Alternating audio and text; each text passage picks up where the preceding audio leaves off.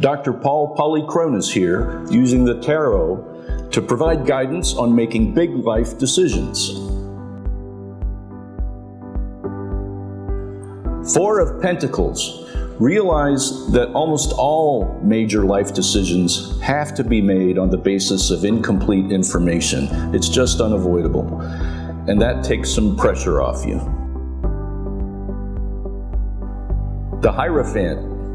That being said, you still want to gather all the information you possibly can to help you make the best informed decision that is possible. Hermit. Use time if you are at all able to. If you feel rushed in making a major life decision, it can end up with you feeling reactive or overly cautious or making an overly risky choice. Almost always we can take some time in these situations. Sometimes the pressure is strictly coming from within us because it's kind of uncomfortable to be in the middle of a big decision-making process and we really want to reach closure. Try to resist that inner pressure to give yourself time to make a good decision. Temperance.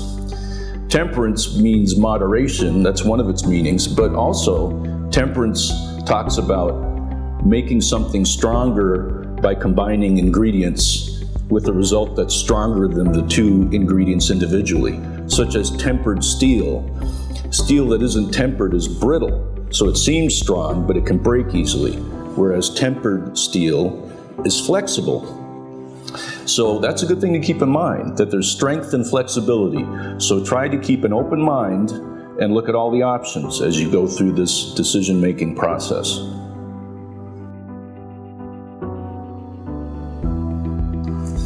The Tower. The Tower reflects a chaotic situation.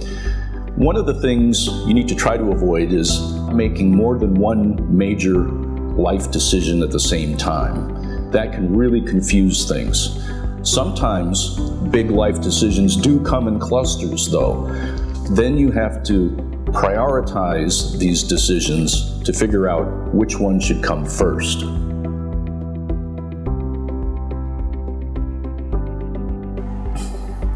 Seven of Pentacles.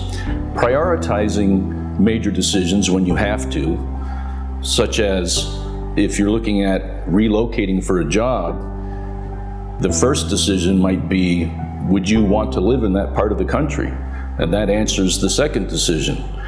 Also, you need to prioritize the factors that you base your decision on in any specific case. For example, you can do this with the simple pro and con list. And something you can do to make it more powerful is add weights to each item on the pro and con list, because not every factor is equally important. And we can be distracted by number of factors rather than by their importance. So for example, if you have 12 things on one list and only 4 things on the other, you might think the answer is obvious, the longer list, but that list of 12 might just be 2s, 1s, and 3s, whereas the list of 4 are 9s, 8s, and 10s. So you add up the total, and that can kind of tell you what's more important to you.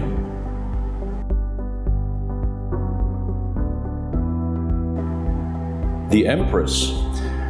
Earlier we talked about the Hierophant in that you want to use experts to help you. Well, the Empress in this case represents someone who's an expert on you, a dear friend who knows you very well and knows what matters to you, who cares about you and wants the best for you. Sometimes friends like this can really help us in these situations because they'll make observations that you yourself might not be able to make about yourself.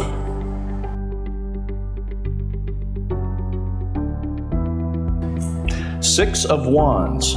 Look inward to see what is really right for you, what is going to be the best thing for you. Now, this can sound selfish to some people, looking at what's best for you in a situation, but it's not selfish, because if you don't take care of yourself and do what's really best for you, you're not in a very good position to be of much use to other people. That's why in an airplane, when they talk about the safety features, they always tell the parent to put on the air mask first before they put it on their child, because you're not able to help your child very much if you're unable to function.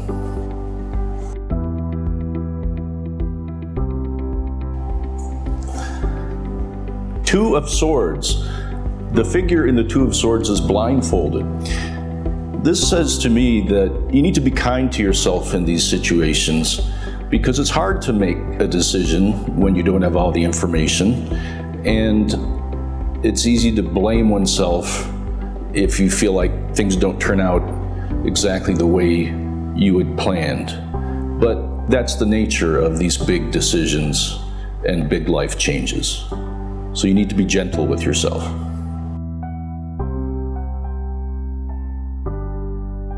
The Wheel of Fortune. Here's another reason to be kind to yourself.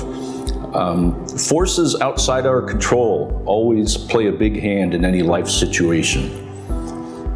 We, as individuals, provide a certain degree of causality in making things happen, but we don't create everything. We don't cause everything. There's other forces that we have nothing to do with that affect a situation. So the Wheel of Fortune tells us to be humble and to, once again, take pressure off ourselves, because bad things can happen that are not your fault, that are due to forces outside of your control. And good things can happen that you're just lucky that they happen to you. So it really can take a lot of pressure off you. We get a lot of encouragement in this culture to feel like we're responsible for every outcome that happens in our life. So since you're making a decision based on incomplete information, things may not always turn out the way you hoped. And you can look at your part of that, but there's also forces you can't control.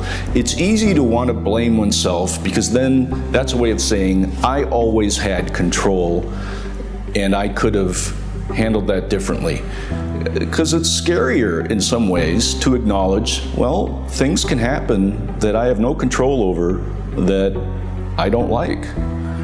So the Wheel of Fortune gives us perspective when things don't go our way, and it also keeps us humble when we have unexpected good outcomes.